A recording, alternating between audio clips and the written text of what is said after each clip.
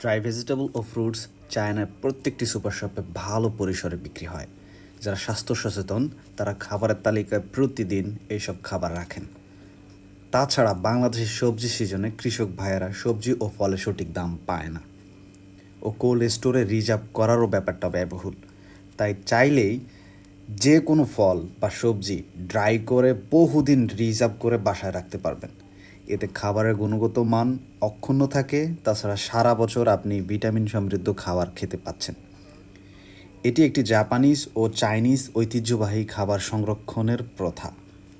এটি যুগ উপযোগী একটি ব্যবসা হতে পারে। বাংলাদেশে এর চাহিদা দিন দিন বাড়ছে।